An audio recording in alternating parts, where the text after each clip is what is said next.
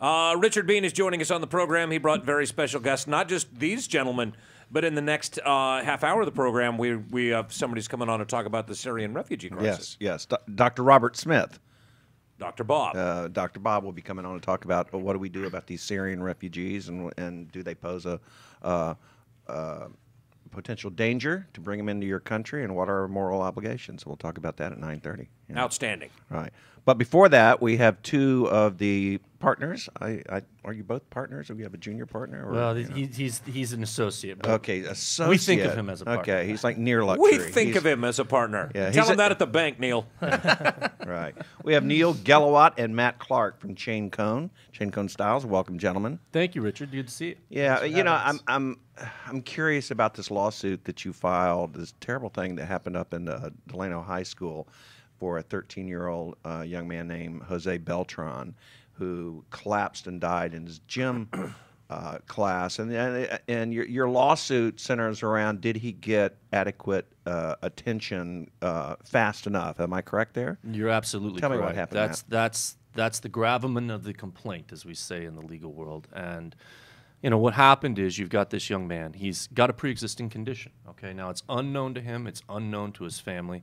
It's called hypertrophic cardiomyopathy. It's an enlarged heart. And this can impact any of us. We could have it and not know. Is it a congenital? I mean, are you born with it? Yes, you're born with it. And it's one of those things that goes undetected until you have a problem. Now, the problem may be mild symptoms like shortness of breath. You may experience that, go to the doctor, and the doctor actually diagnose you with hypertrophic cardiomyopathy. But what can also happen is it just hits you all of a sudden, and you have a massive heart attack, and you go down. And that's what happened to Jose. And the gravamen of our lawsuit is once he goes down in this gym class, you've got gym teachers in there with him, and they did nothing. They didn't do anything for 10 minutes. They just left him face down on the floor until a school nurse who had been off campus arrives at the school and flips him over and begins to do CPR. And by all accounts, 10 minutes is too much time. You can't. Did he die at the school?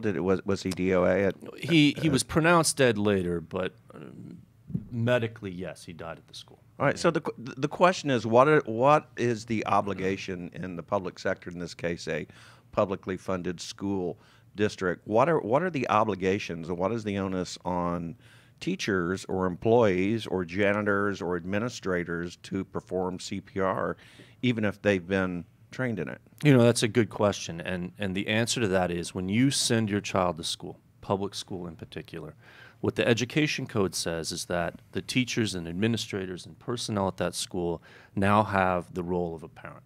Okay, they're in that position. And so their obligation is to supervise, manage, and protect those students so that they're safe. And that's been broadly defined over the years. One of the things that it requires is that if a student is in need of prompt medical attention, they receive it. Okay? Now, this varies on a case-to-case basis. It depends upon the medical emergency. But in this instance, prompt medical care certainly included turning him over and beginning CPR. And what's very interesting, and we just learned first, this. excuse me, first, whoever the teacher, the gym teacher, would have to be able to diagnose, is the kid having a pulmonary event? Is it a stroke? Is it an aneurysm? I mean, at what level do you expect people to be able to make those determinations? I can take that. Just to talk about what their obligations are, for example, we're not expecting teachers or employees of the school to be doctors.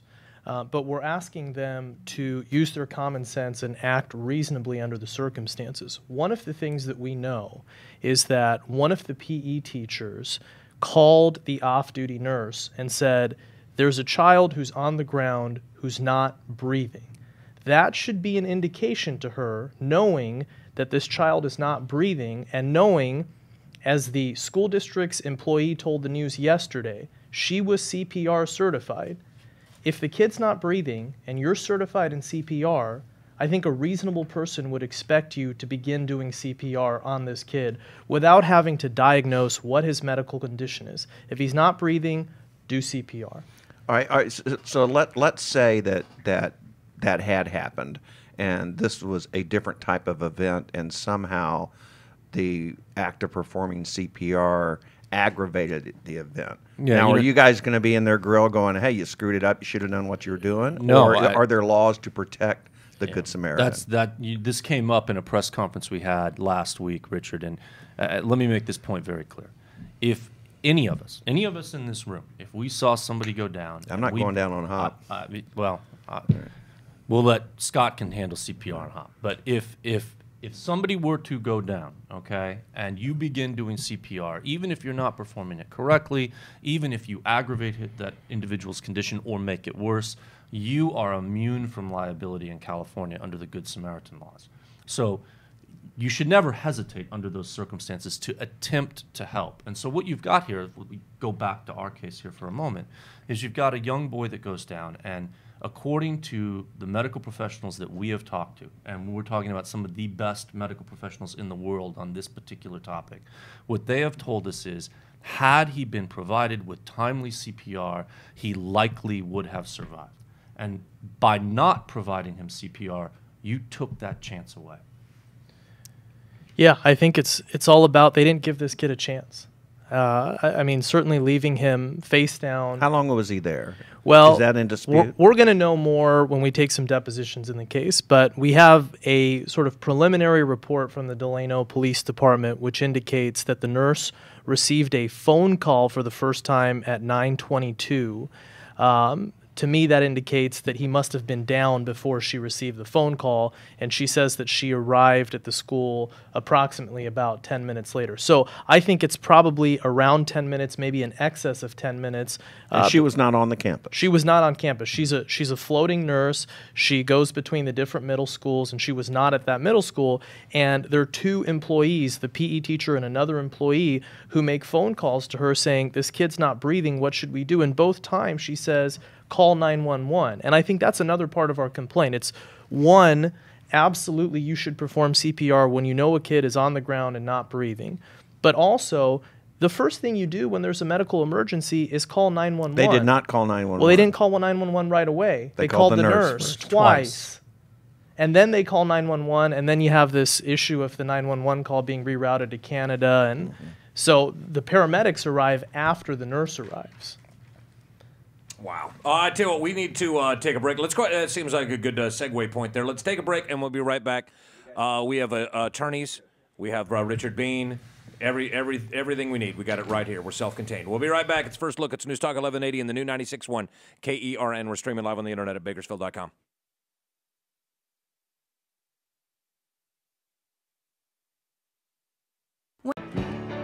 We're streaming live on the internet at Bakersfield.com. Matt Clark's here.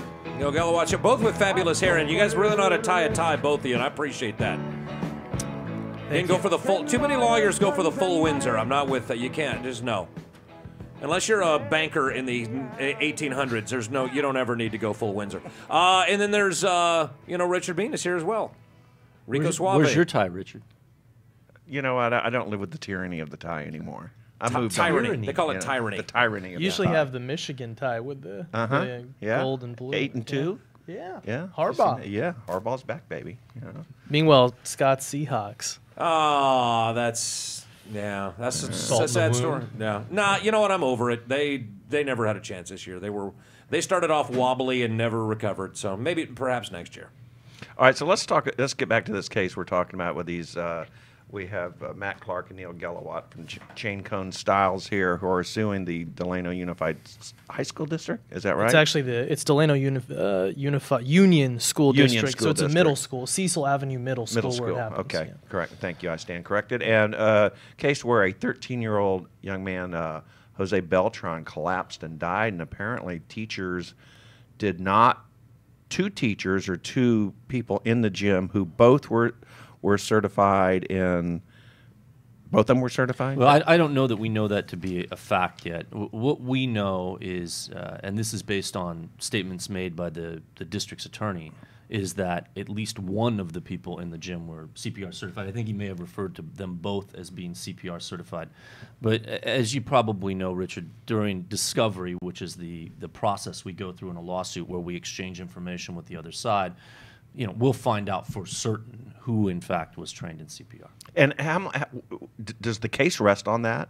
If I'm not certified in CPR, then am I under any kind of moral obligation to work on this kid? No, I don't think the case rests on that in and of itself, but let me just say this. If, in fact, one or both of those adults who were in the gymnasium when Jose went down were trained in CPR, it certainly suggests that they shouldn't have waited 10 minutes for an off-campus nurse to arrive at the gym before they started CPR. Go ahead. I'm sorry, the conversation shifts. If they're not, we think they are. But if they're not, then the question is, should the district have ensured that physical education teachers have training in CPR? And do you know what the district's position on that? I mean, are all teachers trained in CPR, or should they be? Well, should they be is in regards to, are you talking about just physical education teachers or all teachers in general? I don't know. You tell Well, me. in regards to physical education teachers, I think we can all reasonably agree that they should be trained in CPR. Now, what is the Delano Union School District's position on that subject? I don't know. That's something we're going to find out during discovery. Okay. And how important is it, the timeline between when they called the nurse twice? Did they call 911 in between one of these calls to the nurse or before the nurse? Have you established that it's yet? unclear, although it doesn't seem as though they did, right? And there's some question about who made the call to 911 and how that call was made. And, of course, there's this whole issue in regards to how that call was routed. The Steve Mayer of the Bakersfield, Californian, has done an excellent job reporting on that issue. I think he's had some he's been frustrated in his efforts to report on that issue because in addition to the Delano Police Department and the school district, he's been stonewalled in some respects in obtaining information as to why, in fact, that call was routed to Canada. I mean, if I live in Delano, I'm kind of worried about that, right? Sure, right. If I need emergency medical care and I get on my cell phone or I get on my home phone and I make a phone call and it's routed to 911 Canada and my treatment is delayed because of that, I'd be concerned about it. And that's not just a local issue. I think it's a state issue. It's a national issue. I know that we've been approached by other media outlets, CBS, and some others who have asked us to talk about this issue, and our response has been, we don't know what really happened at this point. Even other people in the community have reached out to us after our press conferences as recent as today, saying this is a real issue and this call shouldn't have been rerouted, and I'd like to be able to help you out on it. So we're going to do our due diligence to get to the bottom of why that call went to Canada first, because there's certainly an issue with that's part of the reason why the paramedics got there later than we wanted them there. But again, the central issue is you're there, kid's not breathing, you're trained in CPR, you don't perform CPR. What does the family want out of this? I think they want a peace of mind, for one. Yeah, we did a press conference last week, and both Jose's mother and father were present, and his mom said something that I thought was really telling, and she said, what we really want is we want an answer. Why did this happen? Why was nothing done? Why was there this delay? She's gone to the school district and the police department on 6 occasions and received 0 information. The district's attorney was quoted last week as saying that the district is still conducting its investigation. This is something that happened 11 months ago. What's left to investigate within the district at this point? I think he said the fact-finding process has just begun. He was quoted as saying that, which is odd to us given that this incident occurred back in January. And then he said the fact-finding process has just begun. What happened after the kid collapsed is speculation. But in the same vein, he said, but I know that the school district employees did nothing wrong. So how would you know that if you had completed? Yeah, and put yourself in the parent's shoes. If you just lost your 13-year-old boy, you'd want some answers. You'd want to know what happened. And they also said they don't want this to happen to another kid. They want to prevent these kinds of tragedies from happening in the future. Yeah, the wheels of justice, as they say, turn slowly. How long will it be, the process Are we going to be here next year talking about this? Yeah, I can address that. We've filed the lawsuit, okay? Once the lawsuit is filed, the way it typically works in California, and especially here in Kern County, and let You me got just... about 20 seconds to finish this thought. We've got a very efficient court system here. It takes about 16 months. Okay. So we'll know something within that period of time. All right. Well, gentlemen, thank you for coming on and explaining. It's a tragic case, but there is something that I'm just, from my standpoint, it's good to know California does have a Good Samaritan law that I can Take some of the worry away. We'll be right back with Dr. Bob talk about the Somalian. Somalian? No, there is one of those too, sadly enough. And by the way, if anybody's ever going to sue me, don't hire these guys. They scare the bejesus out of me. We'll be right back and talk about screw the Somalians. We're going to talk about the Syrian refugee problem after this. It's the First Look program. It's News Talk 1180, the new 96.1, KERN. Streaming live on the internet at Bakersfield.com, and we'll be right back.